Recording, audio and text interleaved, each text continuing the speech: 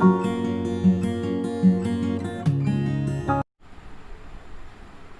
Morning प्यारे बच्चों, कैसे हो सभी।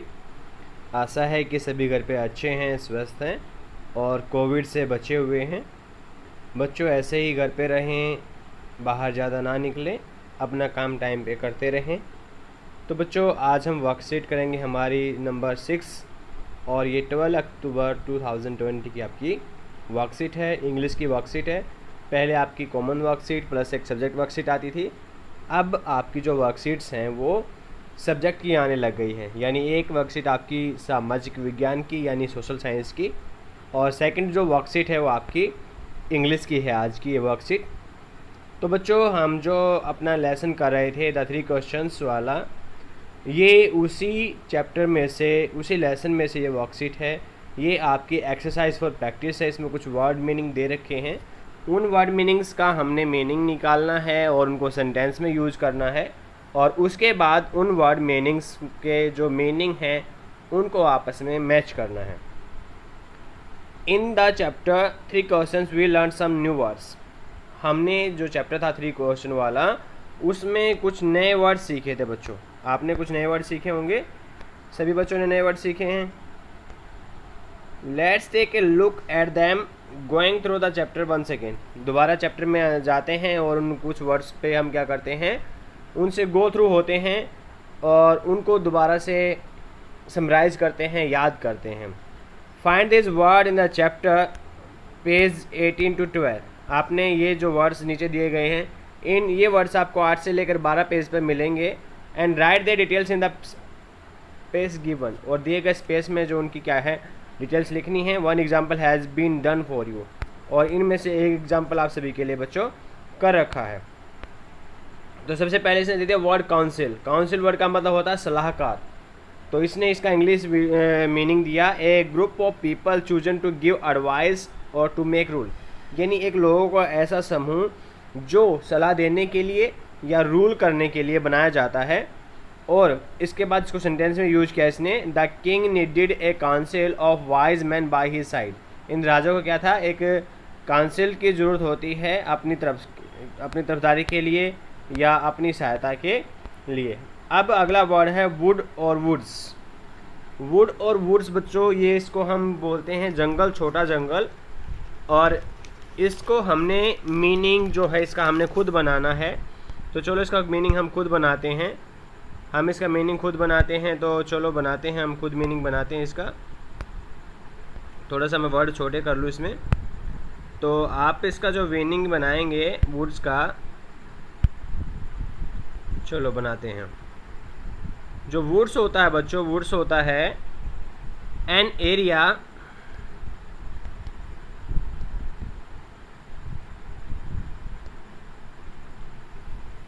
Of land that is covered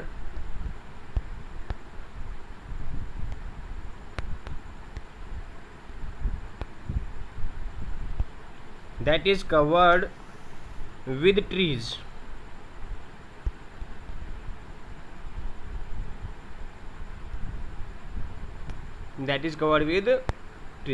यानी बच्चों ऐसा एरिया होता है ये। और किसका एरिया होता है ये एरिया होता है एक ऐसा एरिया जो पेड़ों से कवर्ड होता है, ज़मीन का एक ऐसा एरिया। और मैं आपको बता दूं, जो वुड्स होता है वो फॉरेस्ट से थोड़ा छोटा होता है, फॉरेस्ट से बड़ा नहीं होता है। Affairs means things matter business, यानी यहाँ पर काम, यानी राजा क्या चाहता था, वो सॉरी जो वुड वाला है, the hermit lived in A would which he never left. यानी जो हार्मिट जो था जंगल में रहता था और जिसे वो कभी नहीं छोड़ता था। उसके बाद अगला जो वर्ड है वो हमारा है अफेयर्स। अफेयर्स का मीनिंग है थिंग्स मैटर बिजनेस, यानी काम, कार्यकलाप आदि चीज़ें। इसको अगर हम सेंटेंस में यूज करेंगे तो इसको हम यूज करेंगे क्या, कैसे करेंगे, the king want to know what affairs are most important. ठीक है, इसको हम कैसे करेंगे, द किंग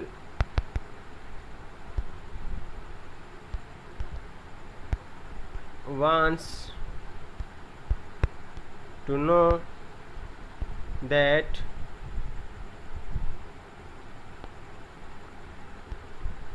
what affairs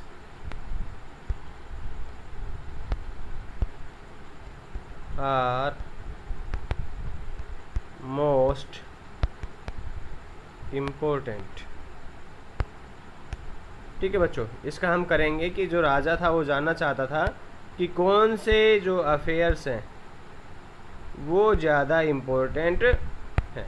ठीक है, राजा क्या जानना चाहता था बच्चों? राजा जानना चाहता था कि कौन से इम्पोर्टेंट्स, कौन से जो काम काज हैं वो ज़्यादा इम्पोर्टेंट है। ठीक है, उसके बाद में जो बच्चों अगला जो है, अगला है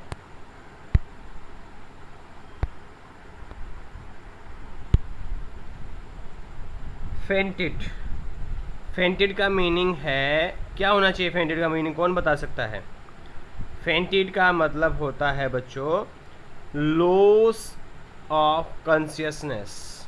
ठीक है, फेंटेड का अगर हम इसका मीनिंग लिखेंगे तो क्या लिखेंगे? इसका मीनिंग लिखेंगे loss consciousness for a short time. कुछ टाइम के लिए क्या हो जाना बच्चों? बेहोश हो जाना, जो क्या कहलाता है? ये फेंटेड कहलाता है। ठीक है, इसको सेंटेंस में कैसे यूज करेंगे? इसमें करेंगे as the enemy reach to the king he fainted. इसको सेंटेंस में हम यूज करेंगे, कैसे करेंगे? As the enemy reached to king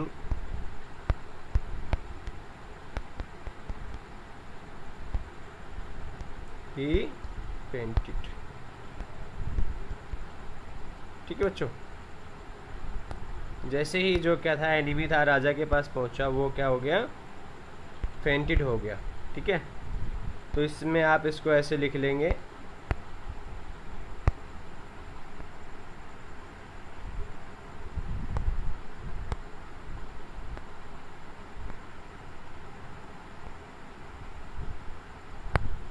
उसके बाद है सीज्ड। सीज्ड माने क्या होता है बच्चों? सीज्ड माने होता है कि किसी की चीज़ हथिया लेना, कैप्चर कर लेना। ठीक है, हथिया लेना। सीज्ड का मतलब क्या? सीज्ड का मतलब बच्चों क्या होता है? सीज्ड होता है किसी चीज़ को ज़बरदस्ती ले लेना। इसका मतलब क्या आ जाएगा? टुक बाई फोर्स, यानी उसने क्या कर लिया? उसकी ज़मीन जो जगह थी वो ज़बरदस्ती से ले लिया। तो इसमें जो इसका जो सेंटेंस कैसे बनाएंगे? The king seized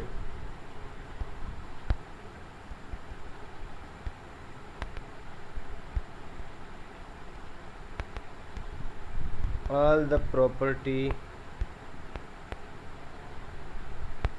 of his enemy।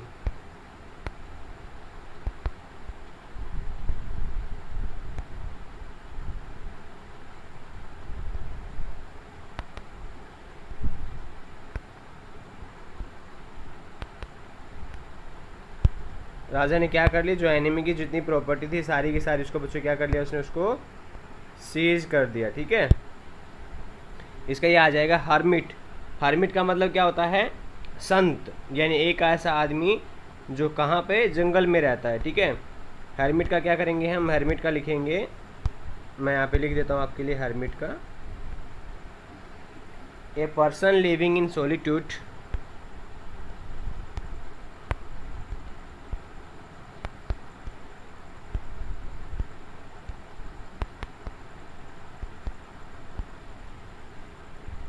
as a religious discipline, as a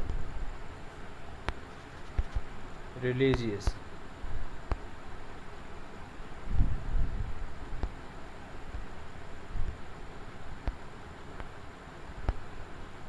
ठीक है बच्चों, as a religious discipline.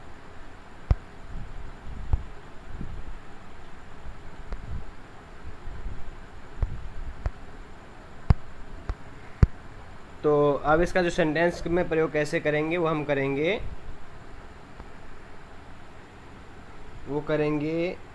The hermit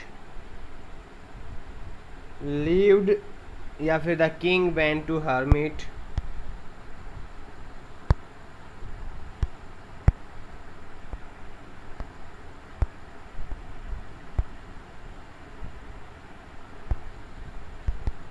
the king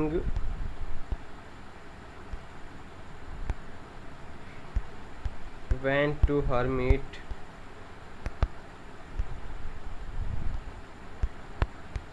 to know his answers। ठीक है बच्चों, जो राजा था किसके पास गया? हर्मिट के पास गया। किसके लिए? अपने आंसर के क्वेश्चंस के आंसर जानने के लिए। ठीक है, अब लास्ट वन है हमारा फेथफुल।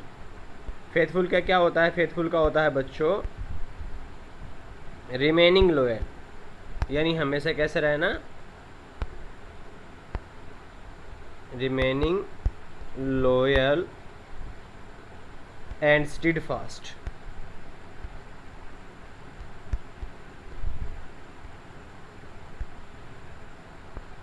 यानी हमेशा हर किसी इंसान के लिए क्या करना? लॉयल रहना, उसके लिए अच्छा बन के रहना, ये इसका ये कहलाता है। तो इसमें अब जो क्या है, एनिमी राजा से कहता है, the enemy said now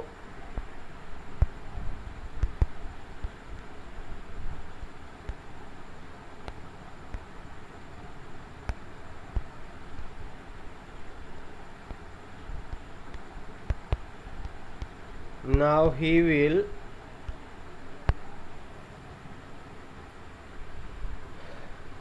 serve the king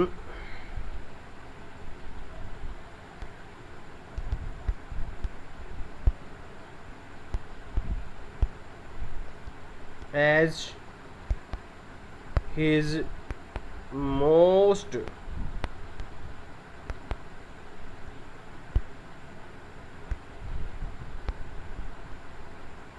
faithful servant. यानी वो जो एनिमी कहता है राजा से कि अब वो क्या करेगा, वो आपकी राजा साहब, मैं आपकी अब क्या करूँगा, बहुत ही अच्छे सर्वेंट की तरह, एक फेथफुल सर्वेंट की तरह मैं आपकी क्या करूँगा?